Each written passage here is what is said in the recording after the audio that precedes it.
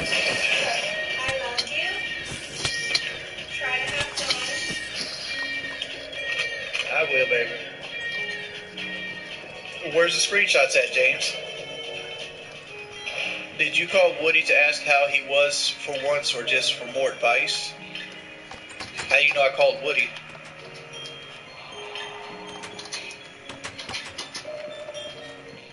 Oh, Wings, why not get out of your comfort zone and try new games, even if it amounts to you be comfortable? It's more of a medical reason than an actual comfort zone. Woody said that he didn't have time for more advice giving. Wings is take and take, apparently.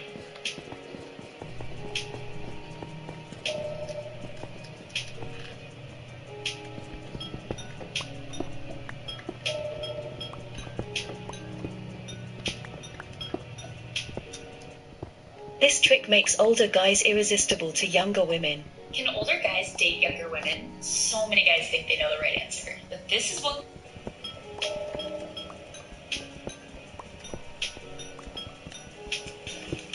I didn't get that vibe from Woody's call that he was unhappy that I called him.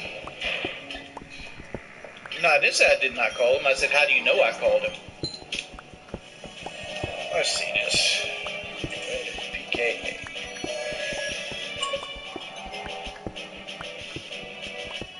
I don't see anything on PK that has Woody kind of trash talking me.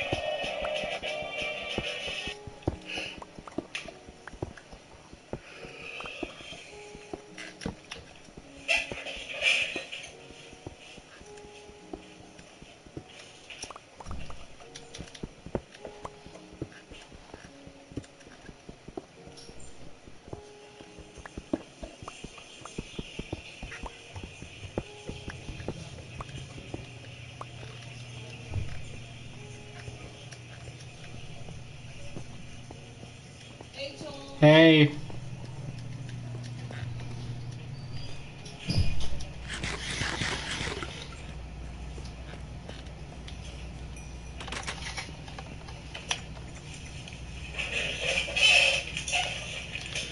Alright.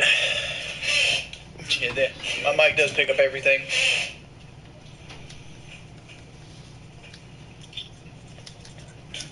$42 gigabytes?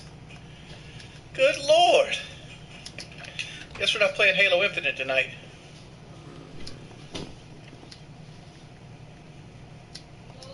Yeah.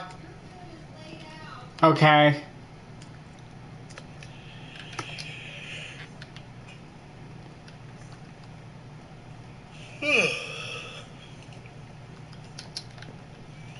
This was 6 days ago.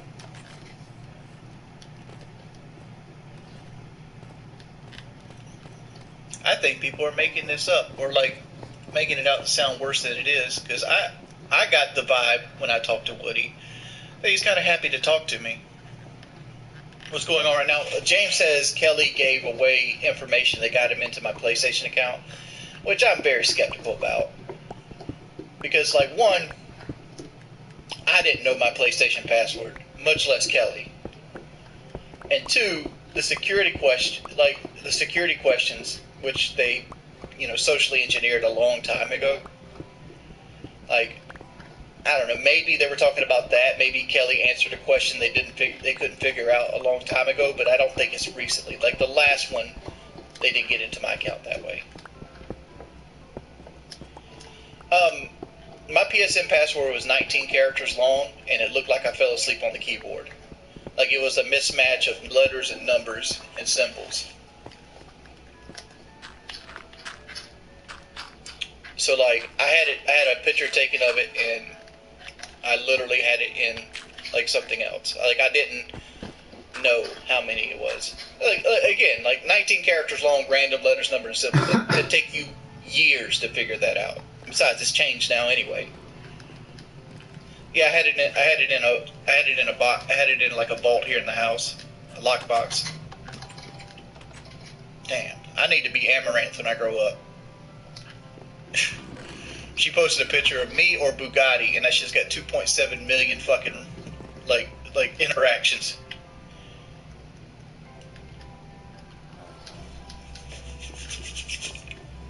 Let's see. You said you don't want to do talking streams anymore. I said I don't do them because it's just a bunch of people asking the same question over and over again. That's the difference between not doing them. Yeah, my Xbox account's real secure. You gotta have my face to log into my Xbox account. So unless a motherfucking troll looks like this, you're not getting in.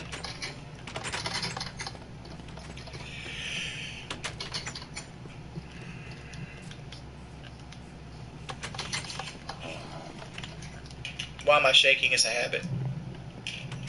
Well, she's not going to cheat on me. Kelly loves me to death. I don't want to talk about my PlayStation account right now because the more I talk about it, the less chance I have to get it back. I'd much rather just let it sit for a while.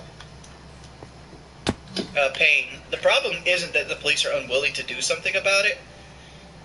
It's that they use VPNs and they hide themselves. Like these people at this point are legit criminals.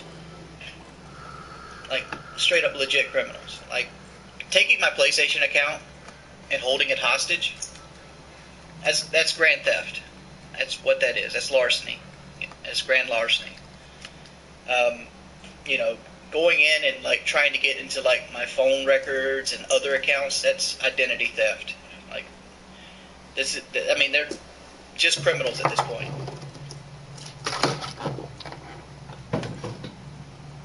Yeah, I talked to Woody. I talked to Woody like 2 o'clock today. How can they just ban your PlayStation account? They send each other messages. Like for this example, and I know this because I seen it right before I got banned, right? Because I was still logged into my account, and me and Kelly were looking at things, and they sent a message to like Wings of Chili or some shit like that, and they called him the F word, and then it signed me out like I don't know a minute or 2 later. But let's not talk about that. I'm not using police resources to try to get my PSN back. Honestly, they would laugh at you if you went and tried to do that. Like, Sony barely gives a fuck about getting your PSN back. No, there's no hope of getting unbanned on Stream Elements or Streamlabs. I mean, I'm not going into it with hope, but there's a pathway to getting it back, but like, I don't have any hope of getting it back, no. I'm not gonna like hold my breath, but yeah, I'm gonna get it back.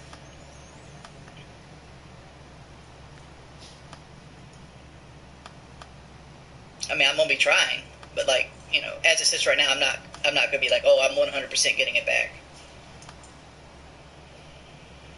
Are you asking me if I'm worried that shock value clips that were a decade old is going to get me thrown in jail? No. See, like, here's the thing. All right, I don't have any of that shit on anything I have. I've never seen any of that shit in real life. All right, and if you come here and arrest me for something like that, I'll get off, and then now you have a civil lawsuit because like now you're basically arresting me for First Amendments. This is why I don't do talking streams though. Honestly, like all they wanted to talk about is like either police brutality, electric vehicles, my PlayStation account situation, or like me going to jail, which I'm not going to jail. I'm not going to jail. Yeah, I choose to do a talking stream, but it's because like I'm a sucker when it comes to shit like that. Let me just go and say that. I'm very easy to get talking about shit that I shouldn't be talking about. And I will admit that. And that's one of my flaws. Dude, I don't do impressions very well. I can't do the voice. Because I don't have I don't know, maybe a key difference, but I can't do the voice. But let me try. Alright, guys.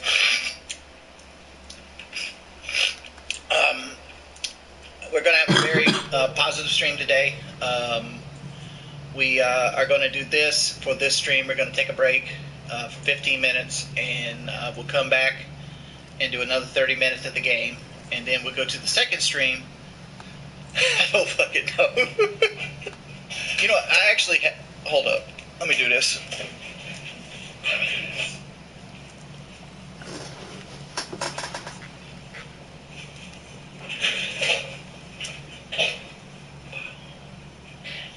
Bubble solution.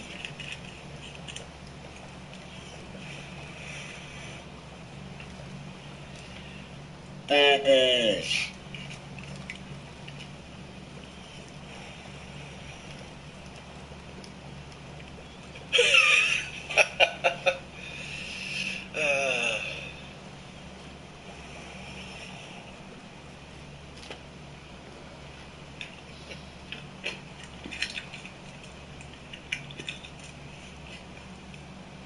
Bubble. I can't do it without the ground. Bubbles. Bubbles. Fucking bubbles. Are you caught up on taxes? For the most part, yeah. S. Miller, what would you do with $1 million? Buy a house. I'd pay off all my debt. I think I have $23,000 worth of debt, which the vast majority of that is my truck. Actually, I have $31,000 worth of debt. I would pay that off, and then I would probably sell my current house, move, buy another house, and then take the rest of the money and probably invest it, and then I don't know, probably continue to stream. Like I said, like the vast majority of that is my truck. Like I owe like $19,000 on my truck. I owe like another $1,000 on like a washer and dryer set on like a Best Buy card, and then I owe $7,000 on the AC unit.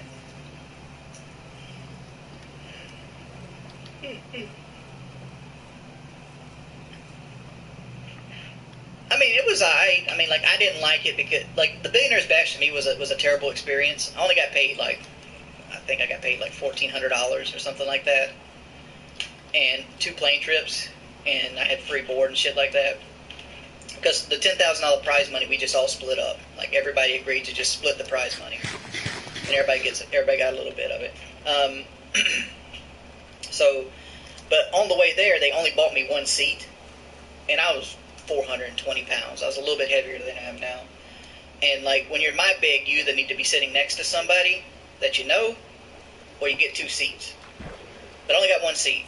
And it caused a fight on the way up there. Not really a fight, but, like, a guy was upset that he paid money for his ticket, and he has to sit next to me, and blah, blah, blah, blah, fucking blah. And, like, it really hurt my fucking feelings. And I was sitting there apologizing to him and stuff like that. And luckily, you know, this young boy said he would switch with him. And this young boy sat next to me. He was like in the military, and he switched with me.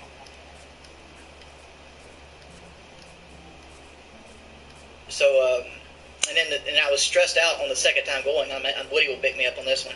I asked Woody if he wanted to rent a car and just drive back. Because Woody lives right next to us, and, like, I would pay for the car if he'd ride back with me and would just drive across the country. But I decided to go back, and on my second time through, I got stuck next to a little old lady, and, like, yeah, she was very nice. But, like, that's what I remember about the Billionaire's Bass trip, was the plane trips. Only having 1 seat and nobody next to me. My relationship with food's a very unhealthy one. Like, my problem is my food is a bad reward system. Like, when I feel bad, I eat. When I'm upset, I eat. When I'm happy, I eat. Like, it's just a terrible reward system I have. Like, food is the answer to every problem that I have. And it's not just like I want to eat. Like, I can go eat, like, let's go eat a banana because I did a... We're 30 now, and our lives are trash. We're running out of board games. I did good. It's, let's go get a carb high. Like, carb highs are motherfucker, dog. Like, eating, like, tons of bread and, like, fucking, you know, shit like that, to give you that fucking carbohydrate high, where it's like it takes all your pain away, and it's just, like, gives you a euphoria.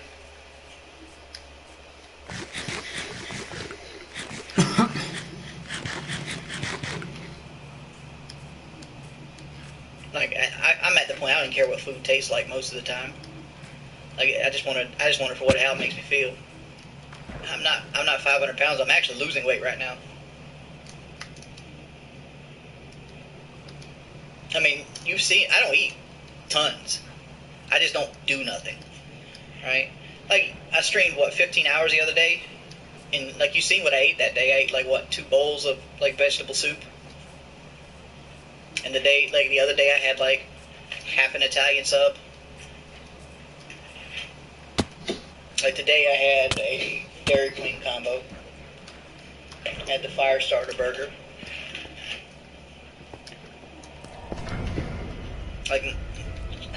It's just a mixture between not doing anything and my metabolism being pretty much dead. Like, my metabolism doesn't do anything. I do drink a lot of calories. I will admit to that. Like, soda is crippling to me. Which I've been trying to do stuff like this. Like, I know this is a really small can of soda. Like, it's 8 ounces or something. How many ounces is it? 7.5. So, instead of getting, the 12-ounce cans, I get the 7 and 5. So, I get the hit of soda, but I'm not drinking as much soda. I'd rather have Bojangles over KFC. To me, KFC, their fried chicken, the skin's good, but the chicken itself is eh. And, all the sides are worse. Like KFC sides feel like they've been left out and froze 3 or 4 fucking times. Bojangles, if you get a Bojangle biscuit, the bacon's fresh, the biscuit's fresh, the meat's fresh. Everything tastes better at Bojangles than KFC.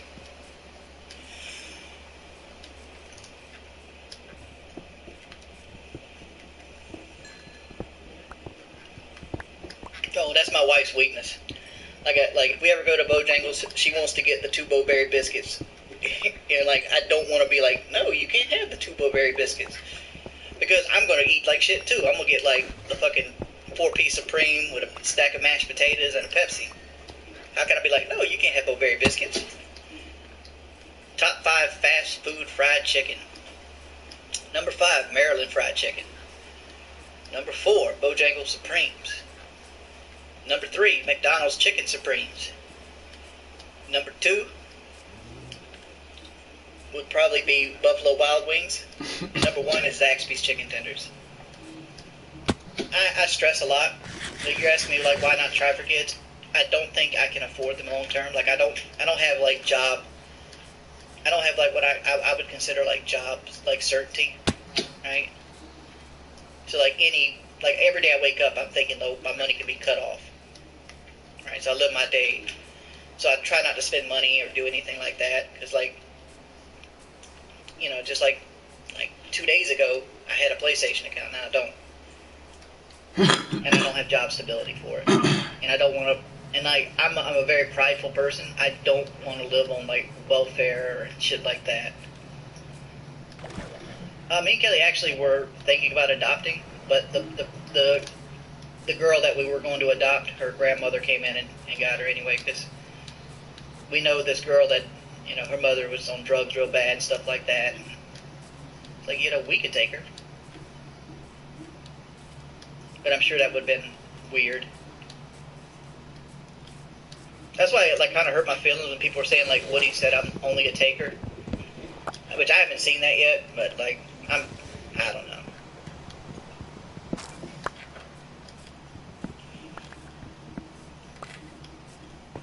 I just wanted somebody to vent to. Would you ever jet ski, ATV, or snowmobile? Actually, one of my goals is to own an ATV here soon.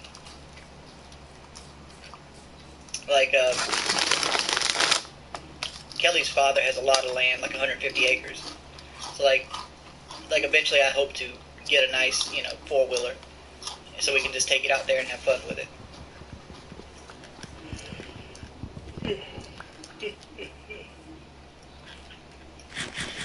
Looks like this stream's getting deleted.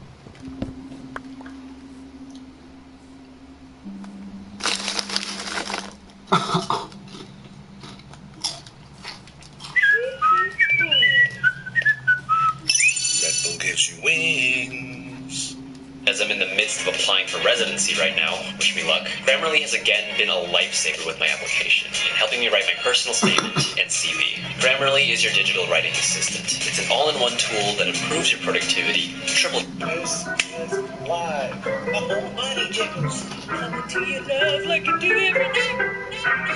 Coming to your love like I do every night.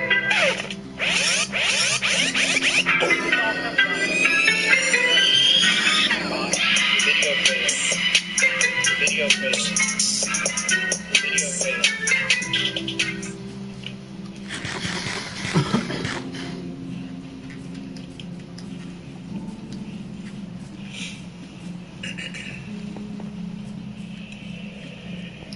My day's going well. My wife got me Italian stuff at Publix.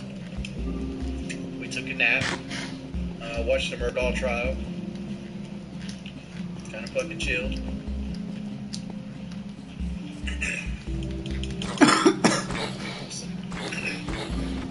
That lets us upgrade. My lord, how do I help you regain your PSN account? It's just clerical at this point. I mean, I honestly believe my PSN account's gone. Because eventually they're going to get it suspended forever. And PlayStation doesn't unsuspend accounts.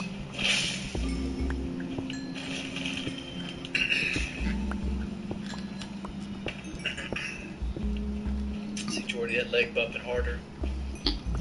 It's part of my anxiety, dude. There's no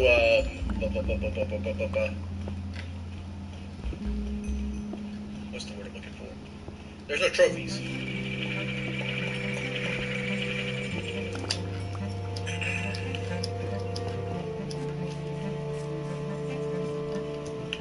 Sekiro and Dark Souls are two different skill sets. Dark Souls is more slow.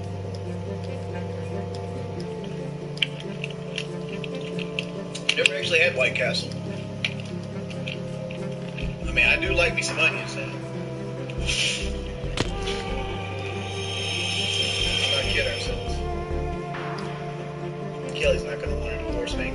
Kelly adores me. I don't know if you ever noticed when she's around me. Kelly understands that I'm on a high dose of SSRI, and that I don't really. That sometimes I come off as apathetic because of that. I got a good heart.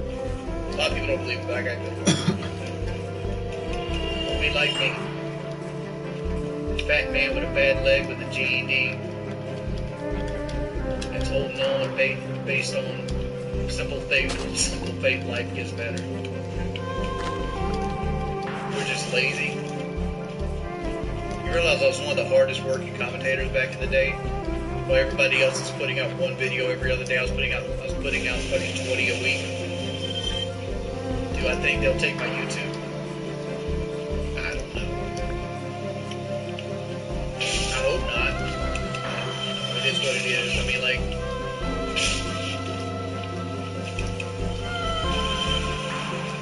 it'd be a change in life for sure.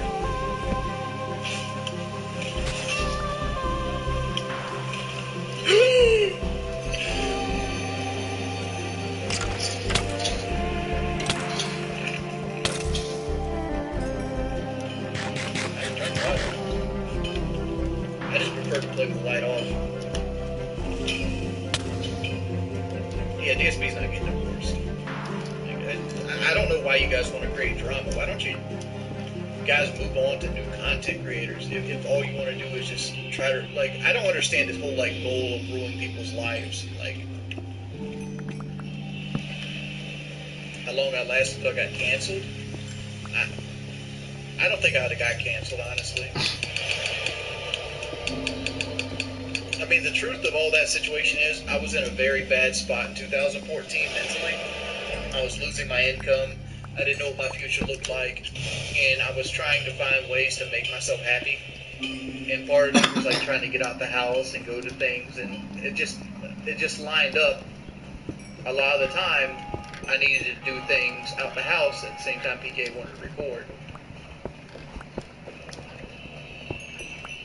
you know, and it's all about being scared. Like people, especially men, want to pretend like you never get scared of things. Like going into the national forest without GPS and being 400 some pounds, and they want to hitchhike 10 miles into the fucking forest. That's a scary situation. Looking back at it now, with what they did, I could easily done that. I mean, if I knew Kyle was going to get sick day fucking one, I'd been like, I got you, player. You can go do this. No, they kicked me out for a myriad of different reasons. Is Woody a better person than Kyle? I mean, like, that's like asking, like, can, you know, a monkey climb a tree or something like, well, I guess that's a terrible. But, you know, a monkey climb a tree. How good of a friend did you consider each of the PK guys at the peak of your friendship? I mean, at the peak of our friendship, I thought we were always going to be together and we would never turn our back on each other, but, you know. They were my best friends on you two. I mean, I was young and immature and shit like that. So like I was kind of hard to play video games with. Like I'm still kind of hard to play Call of Duty with. Like I've always said, like if you want to be my friend in video games, don't play Call of Duty with me. Because like Call of Duty turns me into a different person.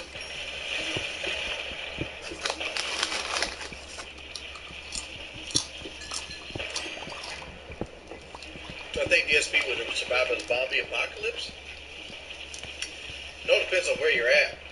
I mean, he's in a gated community, so like I'm sure he has a greater chance than a lot of people would. Why is everybody talking about DSP getting a divorce? That's like people talking about Boogie dying. Like Boogie dies like 3 times a week.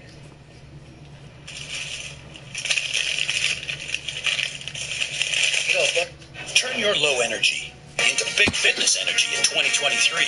Join Planet Fitness for $1 down, $10 a month, cancel anytime, and get energized with tons of equipment. Simply join through the free PF app. Deal ends January 31st.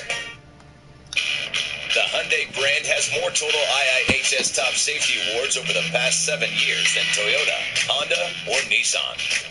Hyundai wins every time.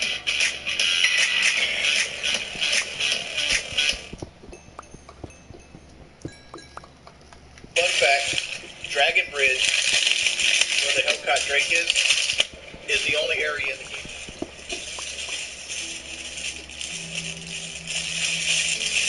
What are the odds of being summoned? I'm not sure.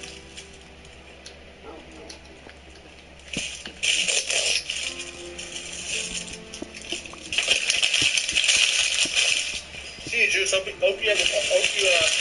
get better mental. Remember, sometimes you gotta break the mold, man. Just get out of the thing. What you eating? The other half of my Italian sub.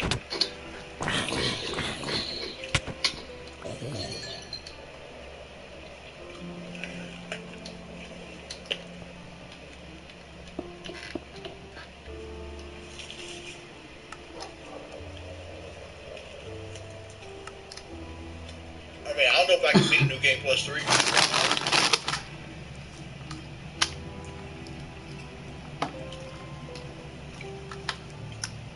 So these I get some chewed on a little bit. I just put my tomatoes on. You got tomatoes, pastrami, provolone, ham, pepperoni, a little mustard.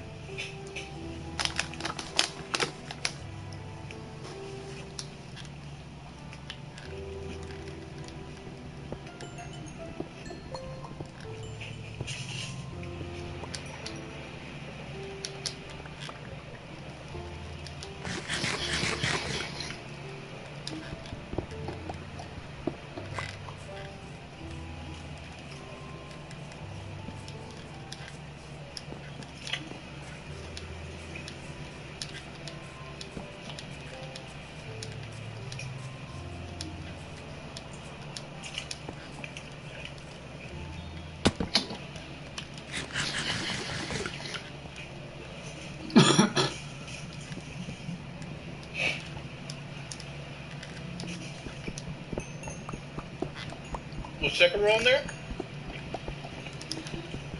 Hold up, let me go back.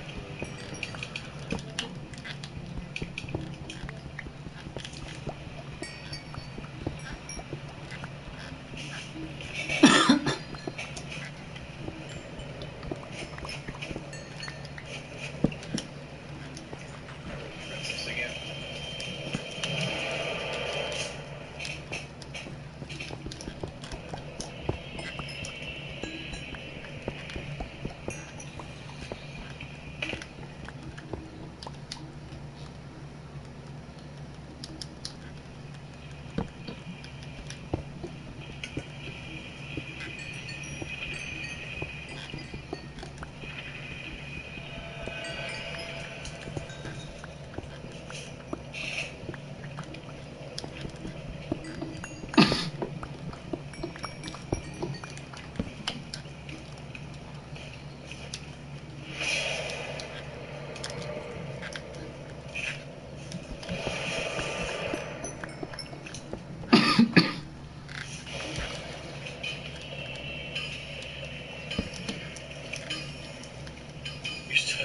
Why do you guys hate DSP so much?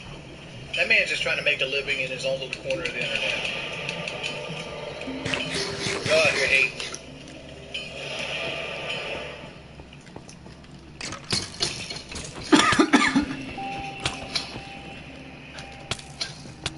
Would you ever collab with DSP? He wants me to do an interview right now.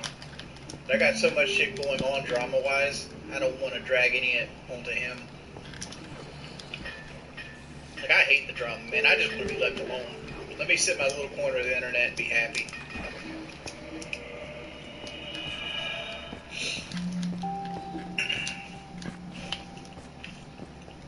Three. Or Super Mario Brothers World.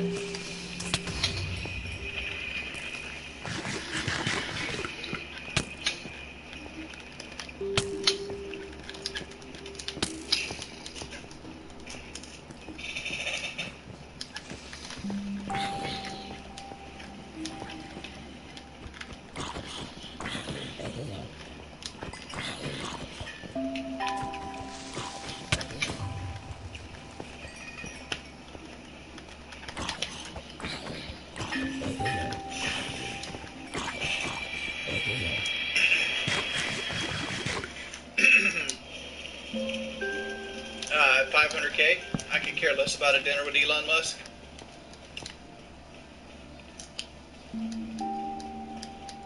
Like, I seen some people take that dumbass shit. Like, Elon Musk is so fucking strange, I bet that motherfucker put ketchup on his steak.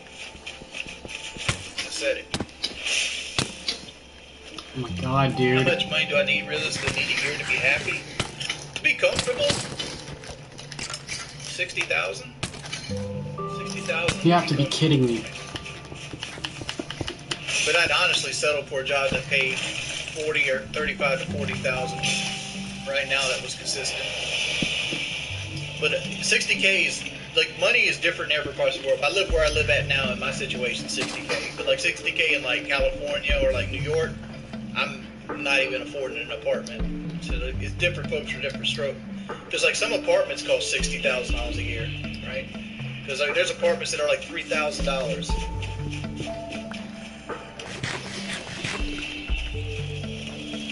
The most I ever made a year was 120. Most I ever made on Twitch was 71.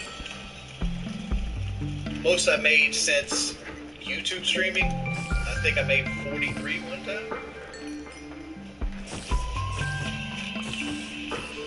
I mean, like, Dr. Disrespect just came out recently, said, like, going to YouTube cut his revenue in a fourth. Like, he makes 25% of what he made on Twitch. I got nicer titties than half those people. I should start hot car streaming.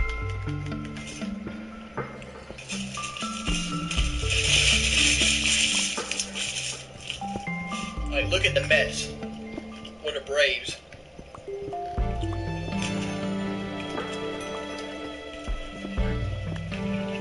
Like, I actually turned the stream on tonight to try to get me through the night. That's why I'm considering it gone at this point. Like, I hold no hope of getting my PlayStation account back. Because because they can easily just spam the N-word and get my account banned for good, and then Sony's not going to listen to you. Sony doesn't give a fuck. Their support is fucking terrible. Oh, you lost a $10,000 account? You're one of the better customers? Fuck you. That's it. Fuck you.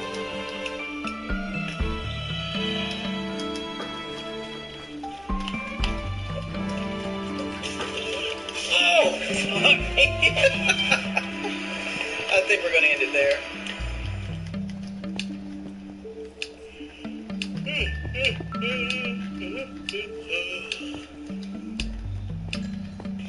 Looks like this stream's getting deleted.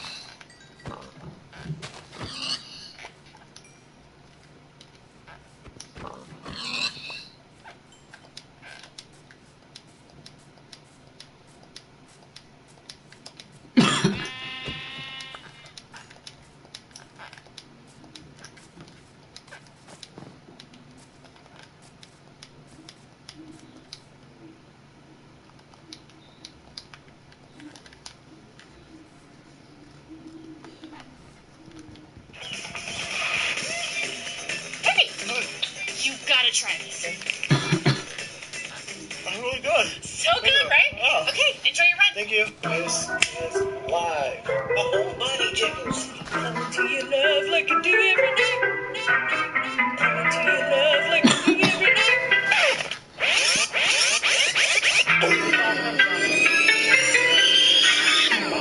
The video failed. The video failed. The video failed.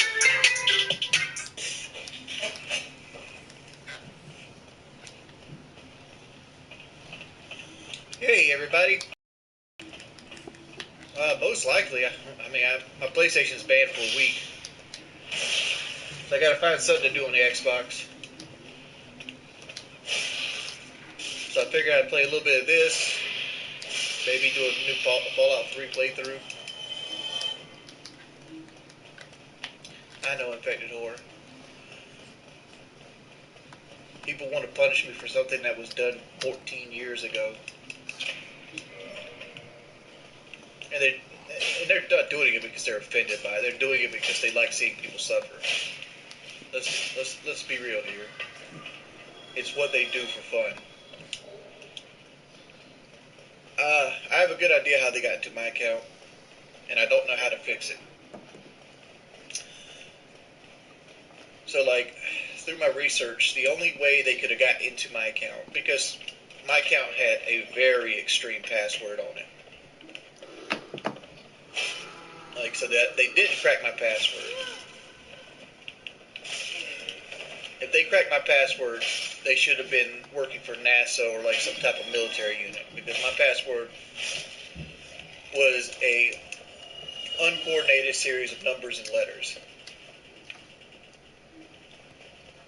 And then I had two-step authorization. It killed everybody, bro. It's crazy. That is hilarious. They killed the deaf girl who didn't even have any lines, bro. They literally murdered her. They used her to boost the power of the message. Never was she mute. How's the mute girl gonna have lines? Okay, be inclusive, Hypno. Oh, okay. Damn. Okay, so give her some lines and see how she sounds. I'm just saying. I'm not being any sort of way. It's just there's a reason why she can't. All right, I'm gonna get canceled for this, but it is. I'm just saying. Ladies and gentlemen, we are demonetized. I'm just oh God, this entire stream is over. It's over. But You can't keep getting away with it. Over. fucking bot stream already. Bro. I'm gonna have that nice little like yellow, demonetized dollar sign and stuff. Oh, you're gonna have those every time we put the stream. It's too hard. Like, if they all just decided not to be potty mouths, it would be strange. Like, people just leave. They'll be like, what the hell's going on there? Oh, I'm gonna leave. What's wrong with them tonight? Yeah. They think they're sick or something. It's not working, obviously. Amazing. But yeah, so like I said, it's interesting how they do these diversity hires and then they kill them off. It's like it's weird. Yeah, they never Also, Emo always creating this antagonism, right, with the other popular show, like Rings of Power was doing with Game of Thrones, with House of Dragons, and they're trying to at least get some traction by, clinging into another popular IP and get some, some streams from there too. And this is like a desperate move. Instead of pointing out the quality that you have inside of your show, you always want to tear down the other building. So again, it's about that mid-class building that wishes to be the tallest building in town and tearing down all the other buildings instead of just creating that one magnificent building. Right, I agree. And this is what they do. They always try to aim for the ones who are doing it right versus the ones who are not doing it right. And it's such an easy concept, it's very easy. But apparently for them it's not. It is a sickness. They want to fucking get sick and die. It's like a fucking addiction. It's like freaking cocaine, but the wrong type of cocaine. Not the good shit. It's the bad shit. Like, what the hell? Not the bad shit. Like, yeah. It was just like, Is Cocaine Bear on the good stuff or the bad stuff? I think he's on the good stuff. You got lucky. You have to ask Cocaine Bear. Yeah, where is Cocaine that's like Bear? asking if Rick James is on the good stuff. Oh man. Bro. Wow. When does Cocaine Bear come out? Wait, no, we're not going to drift. Hold on. No. I'm trying to bring up Velma. I'm trying to bring it up, but this stupid thing is giving me trouble because the stream, YouTube probably already knows. Like, no, I can't do this. Oh my Can't talk about Velma again. I can't. Wyatt, damn it. Brought Cocaine Bear back again. You woke him up. You were talking about cocaine. You got excited. Oh, I just looked up. Wow, nice one. Hey, Very Chad, nice. for those of you who don't know, Wyatt sometimes brings a friend over. His name is Cocaine Bear. He's going to star in the movie called Cocaine Bear, which is based on a real-life story. Comes over sometimes is a really odd way to have chained up in the backyard. Okay. Trying to bring this up. Good. Okay, I think I got it. All right, we're going to play the best scene in the entire series, all right? Here we go. Oh, God. Dude. Which one is You this? ready? You already know. Oh, no. Not the You already know. This is the best scene. So if I get copyright right for this, then we better get some likes for this, man. All right, we hit 72 likes. Let's try to get to 100. Hit the like button because you're about to watch the best scene in the entire series. Here we go. These super toadies boring. What are you gonna do about that? Nice. Dude, when I was making my video, I had it paused right where you did right before you started it. And I was was filming my live reaction, so I didn't expect that at all. So as soon as I clicked hit play, the car hit her and busted out laughing so hard. Dude, I saw this picture and I'm like, this is a thumbnail. Oh, God, this is a thumbnail.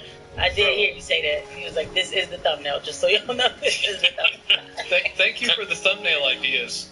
Oh, God. That's a good one. There, It's like from episode 3, I think it was 3 that they did the scary Velma thing. I saw that, I'm like, oh yeah, that's the thumbnail. Yeah. That ended up being the thumbnail for like 12 of my videos, I think. Scary Velma, I'm pretty sure. Thanks, man. Someone's demanding that you run her over again. We need to respect their wishes. I have to watch that. Oh, we're doing this again? Yes. Wait, who typed that? Who typed that? Let me find Zephyr, it. man. Come on. Where's Zephyr? I'm trying to find it. It's a one man. Oh, here we go. Run her over again. Zephyr, this is for you, my friend. Oh,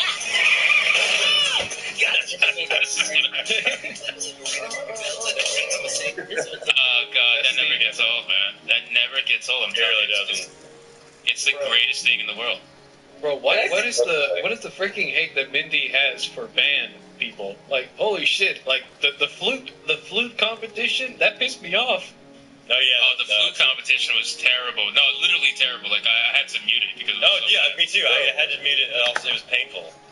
Right. And I know, like, they did that purposely, obviously, because they wanted to show both of them, not being that great. But it's like. No.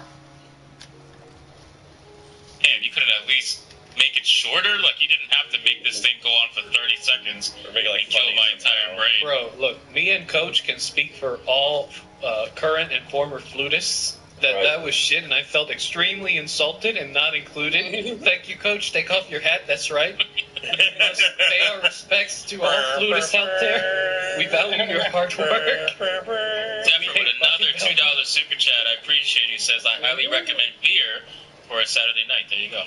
There you go. Hey, bro, that's... Thank you so much. Wait, we got another one. Holy crap. We got more. Hold on. Zephyr with another $2 super sticker. Thank you so much, Zephyr. And we got Red Sings the Blues. Hey. Good, sir. Donation. See you tomorrow, Hypnotic. Yes, I will be on Red Sings the Blues channel tomorrow, so guys, do not miss it. It's going to be awesome. Nice. So, yeah, now let's talk about episode 5, because we got to do 5 and 6 within an hour, so, and then we're going to go to another. So, episode 5 is basically Velma just admitting that she is a complete narcissist because she thinks she has complete control. Her and Gigi, ironically, but obviously Velma's the one we all hate. Oh yeah. But isn't that ironic though? Do you guys think this is on the nose, or do you think this is just like how they actually think it just happens to be on the nose? In terms of this, because her spam texting Norville and saying that you gotta text me back now, text me back. What are you doing? That you not answering my text. Meanwhile, she literally did that to Norville the first episode. She wouldn't answer his calls. Right. You guys remember, or his DMs. Like something that I wanted to point out. They are trying to constantly create this artificial controversy in her behavior, right? I think Velma is like in an incredible loop of exploring controversy. What type of controversy it could be, right? Let's tear down everything. Let's trigger people continuously. Let's annoy them with some false facts and always put them on the stand-up, because they know exactly what we're discussing in private as well, what the news are bringing and what the public discussions are. So they are clinging on to that, right? They're using these real-time triggers to kind of drive the story and drive the controversy around the story instead of just writing a great story. Yeah, so right. Hold on, before we continue, guys, just wish everybody General Vega happy birthday. Thank you for hanging out with us. Everybody in the chat, wish happy birthday, damn it. Don't forget to like the stream as a birthday present to him. I promise it's for him. It's Happy not birthday. By the way, don't worry. We're going to take good care of you, because I hope you didn't watch the show, because otherwise we'll save your neurons. At least half of them I can guarantee. The other half, I don't know. No, burn them. Burn them all. Burn them all. Burn it down. Can't speak for ourselves. Oh, God. If I can't save my brain cells, then I need to take some others with me. Dude, I was backlogged on my videos, so I had to do episodes 3, 4, 5, and 6 at the same time. I feel like I needed a lobotomy afterward. It was painful. Oh, God. You did that was the recordings lobotomy for that? Yeah. Nice. It really is terrible. No, but you know what? Is it episode 5 where Daphne? I don't want to jump all the way to like where Daphne's like figuring out who her parents are. Is that one? Yeah. I'm getting the updates from your channel. I'm The not subplot. watching. So that's that one. Yeah, like so. When you were talking about that part, that's when I was like, this could have had an opportunity to be good if they didn't fill it with so much garbage. Because I actually found her part a little interesting that like she's trying to figure out who her parents are and they might be like murderers and who knows how this all might come together. So like it could have been something kind of interesting. I actually would think that Daphne's character is probably the most interesting one, which is funny because Mindy Kaling is trying to make the brown girl more of the, of the star, but it still ends up being, oh, right, she's Asian, right? But still, like, she's a white Asian. You would never know she was. If she didn't say that one line, you would have never known. Because here's the thing, so they're very, very woke, very progressive. They don't want to make an Asian character have the typical slanted eyes because they think that's going to be offensive. So they need to make it, so it's kind of slanted, but at the same point, she can kind of honestly, she passes off for a white girl, in my opinion. Oh yeah. She's but either way, like I said, I felt like she it could have been okay, but they just do too much because then Fred becomes like super feminist, male, and like it's extra, extra bad on everything else. So then it's like super ultra mega extra-liciously bad. My one big issue with this entire show, other than obviously it's terrible, is that it existed. Yeah, I mean, but no, it's truthfully so. Think about it. So my issue with this show is that it's supposed to be a murder mystery, right? That's what this is. The murder mystery has completely taken a sidestep.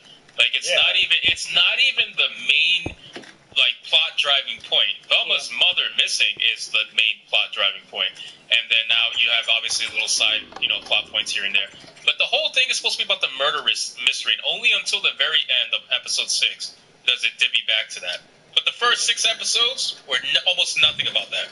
Yeah, maybe the first episode. You completely forget about it until it pops up at one point. You're like, oh yeah.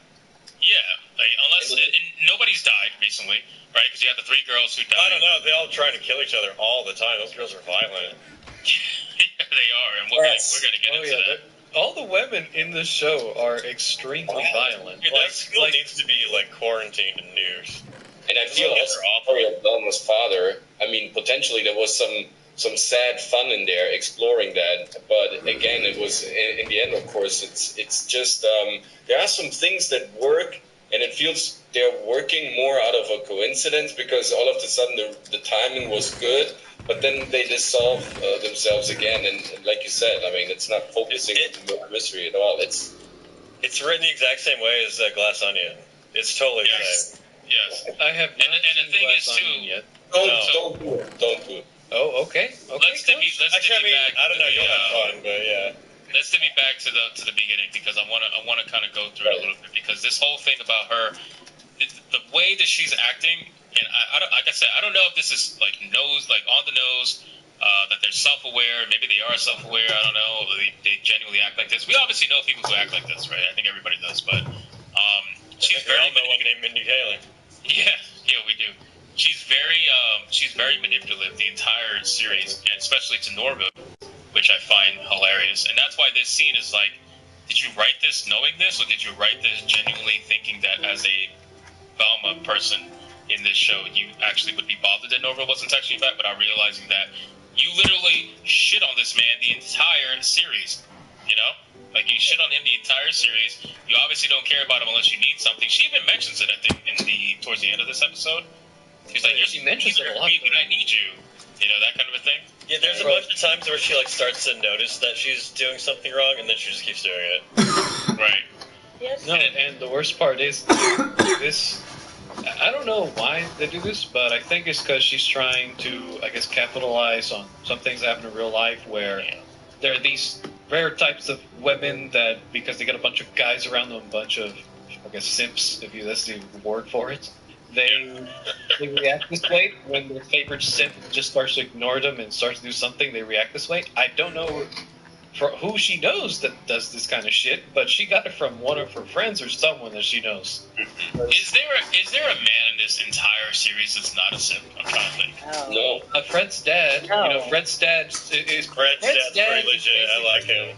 Fred's Yeah, dad is actually, that's a good basically point. Andrew Tate. It is an amalgamation of fucking Andrew. And in a show like this, it's a nice refresh. I know. Yes, It's literally. that's also some Epstein facets. Like, we need to come around. I was just going for the full This show has been doing from the very beginning. You gotta remember that first episode. We got Tate's name being thrown out. We got Epstein's name being thrown out. Then we wonder why everything hits the fan. This is Just throw Harvey Weinstein in there and fuck it. You know, we'll come full circle now. What is up with them cutting this dude's legs off? By the way, like, I just noticed this. He drew them back twice. The whole point of the show I guess is it's like a that, gag.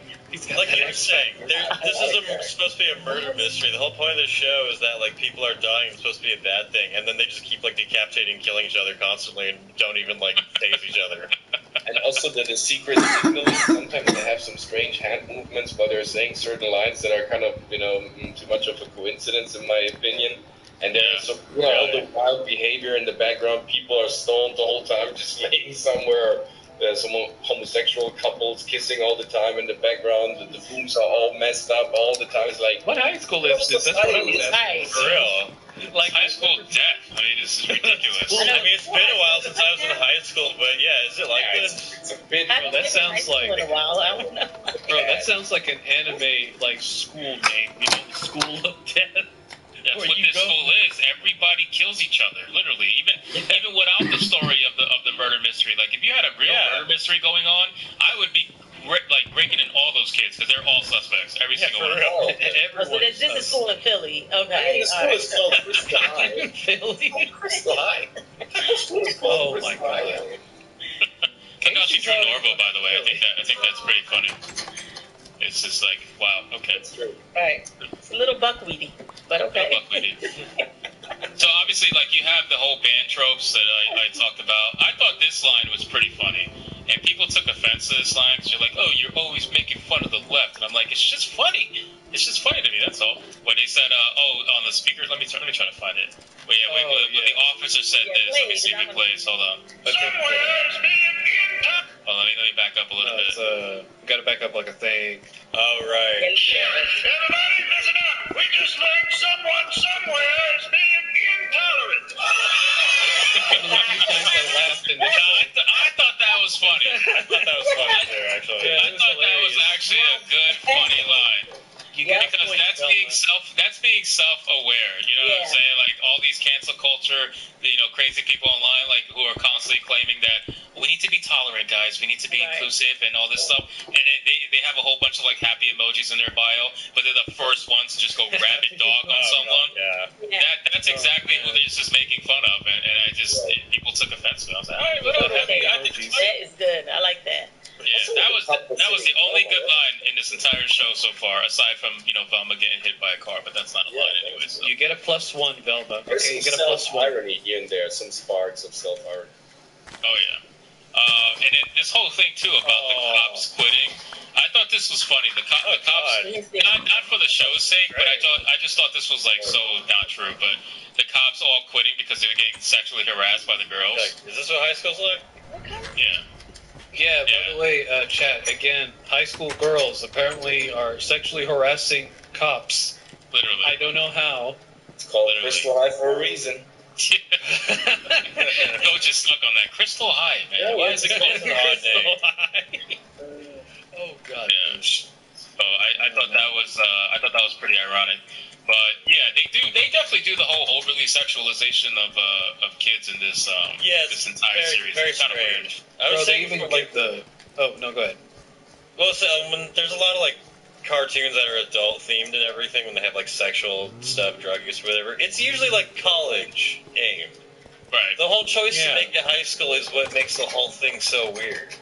Well, a lot of people were saying if this show took place in college, that it wouldn't be like half as bad. Yeah. Because at least the idea is you can kind of pass off as stupid college humor, but you're trying to make this as and these are not like senior year girls. These are like freshman, sophomore year girls. So it gets extra weird when you throw that in. But if these were just college girls, then you can throw, all right, it's stupid college humor. Yeah, whatever. right. We've seen that before, but it's like, what the fuck, What are you doing? And my question is this: because they thought, have like actually, American Pie is a great example of that. It's literally American Pie. Yeah, you're right, but it's worse. Like American Pie is great. This is not great. And just a quick note: whoever they told to draw this, they either enjoyed it or were forced against their will to draw like a blonde girl. Okay, the blonde girl literally looks like she got some freaking Miami blonde girl butt implants. Yeah, it's interesting. Oh, here we go. Yes, feminist Fred. Feminist Fred. Feminist Fred is I gotta tell you, it's probably one of the most like insulting bastardizations of a cartoon character that I grew up watching. It's such a strange choice too. It's like beating up someone for no reason. Yeah, they hate him, what he represents, a white man. Yeah, they definitely hate him. Fred takes a beat. Yeah, like there was nothing bad about him in his original character. He didn't have like any toxic traits, I don't think. No, he never did. They never do. Well, no, it was self-implied toxic traits. So it was the fact that everybody liked Fred. It was the fact that the girls always liked him. It was the fact that he would actually come up with a lot of the ideas, even though, he wasn't the only one, but the fact that he had the caucasity to come up with any idea. Basically the problem. You know what I'm saying? I had to use a term that I've learned as I'm scouring through Twitter, right? Give me a break. What? All right. It's a term? Holy yeah, it's a term. You never heard of caucasity? God. Uncultured dragon. Right. Watch the bad entertainment. Fucking birds down as I come across it and eat below your level. idiot dwarfs. What do you? I don't know if you catch that detail, but there is like this peculiar way of how always looking. The bell, there is like the end of the bell always like twisted and it's pointing down. That is a subliminal message that he's right. He's not a performer in a sexual way. That is like always to show he's always hanging. Yeah. Right. I didn't even catch that. Yeah, I would have never caught that. What damn review? Point this shit out. Fucking Coach, man. Always outplaying us.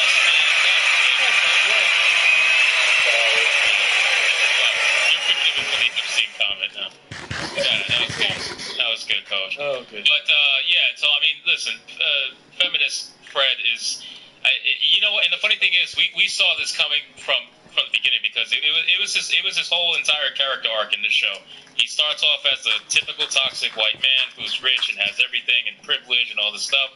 Then he happens to basically push Velma away, never give her the time of day. Ultimately, for him to fall in love with Velma after becoming a feminist, only for her to reject him because she needs to have a girl boss moment. This is basically all Fred was made for. Yeah, no, go ahead. No, real quick, okay? So, for all of my dudes and dudettes out there and everything in between that are attracted to girls, please, for the love of God, never stoop down to this level to get into a girl's pants, okay? It's not worth it. Just move on. We are doing this, I'm telling you this for your own good. This is a this is the nice guy trope. You know what? I'm glad that they addressed it somewhat. I think it's in episode 6 they addressed it with Norville, where he basically stops being a nice guy and tries to be a bad boy, and it fails anyway. But the point is, like, this is the nice guy trope. These are the guys, the male feminists, who'll be like, yeah, no, we need to, women's rights, all that stuff. They'll be the first one to claim that they're on the women's side. And they're just a friend. No, I don't want anything from you. Absolutely not. No, we're just friends. And then the moment you're alone together at night watching Netflix and you happen to drink one too many, all of a sudden there's a hand going somewhere it shouldn't. And now that little friend is going to get pissed when he gets rejected by the same girl. The fucking hand. You have to point out the hand. My bad. I was waiting for you to add that. I love that scenery though, man. Go on. What happens with the hand? I'll tell you, I could write a whole fucking thing. Girl is going to be excited said about like a guy like this. It's gonna be like, Right. oh, you got it. Oh, you was trying to do what? Like, oh, I thought you were gay. Hey, oh, bro, look. Oh, wow. Dude, look, all I can say is this, all right? These people, they're like the, we have the outgoing fuckboys, and then we have the introverted fuckboys, which are usually these, the majority are the male feminists. We all know this, okay? There's no beating around the bush. That's just how it is. Most of these dudes are just doing this or saying all this stuff to get into a girl's pants. And I The very few that do support it, they're unique people that the majority of them are not even like these crazy dudes. So it's kind of strange. The majority of guys I know or know of that have like had creepy shit go on or are like creeps like that have exactly been that. Have been like the male feminists have been the ones that are always posting about like empowering women and everything. It's always those guys. Oh yeah. I mean, what happened to romance? What happened to just listening to music and then fall in love? What happened to just, two people kind of catching fire for each other? No words, no sections, no preconceived. Have you known music these days, though? It's like, Coach, you're really showing your age here. That's wrong with people. I mean, I guess I'm a feminist. Those ideals went out of style about 200 years ago. Yeah. Oh, wait, not a boomer moment. My old soul is taken, You've been reading Tolkien too much. That was a different time. Oh, yeah. It has to be updated for a modern audience. Yes, it has been updated for a modern audience. So sad. Look, but yeah, go ahead. Target audience. Okay, I'm supposed to be the susceptible, 18 through 25-year-old range that they're supposed to rein in. I don't fall for that shit. Neither should you. No, don't fall for it. On a serious note, I mean, that was Disney's magic for a long time, even though they did some evil shit in the background, as we know. But they made us believe that two animals could have like a romantic moment, right? On the screen. We would believe it, right? Think about all these beautiful animal movies they did. Those animated movies that were crafted, like, in such a way that you could really feel the charm and the romanticism going on for the moment, and you would like blush with them. It's crazy because they're just freaking animals, and they're just This comment is great. Yeah, that's totally accurate. That is accurate. Oh my god, that's so accurate. It hurts. Think of that. Oh yeah, you're right. Wait, hold on. We need basically in songs are all about. Wait, what? Go ahead. Casey was going to say some. Oh, no, I just said, is it really accurate? I mean, I guess that's the love song. Oh, it's accurate. But in real life, it's not. Real people aren't really like. As far as, I don't know. I don't want to get into it. Not always. But anyway. Zephyr with another super sticker. Thank you so much, Zephyr. I appreciate you. Zephyr killing it tonight. Spamming the hell out of us with super stickers. We're at 140 concurrent viewers, guys. Amazing. Let's keep going. We're at 113 likes. Let's try to get it to around 120-ish, 130-ish. We now have more concurrent viewers than the Velma series. Let's smash the smack button.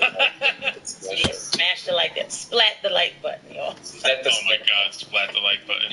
Roast that like button, okay? Because I like to roast shit. So you better roast some shit too. Let's fast forward real quick. So Velma does the typical girl thing where the guy that she ignored, once that guy actually finds another girl, now all of a sudden she wants to show interest. And I called that. Who originally people thought this was going to be Scooby. I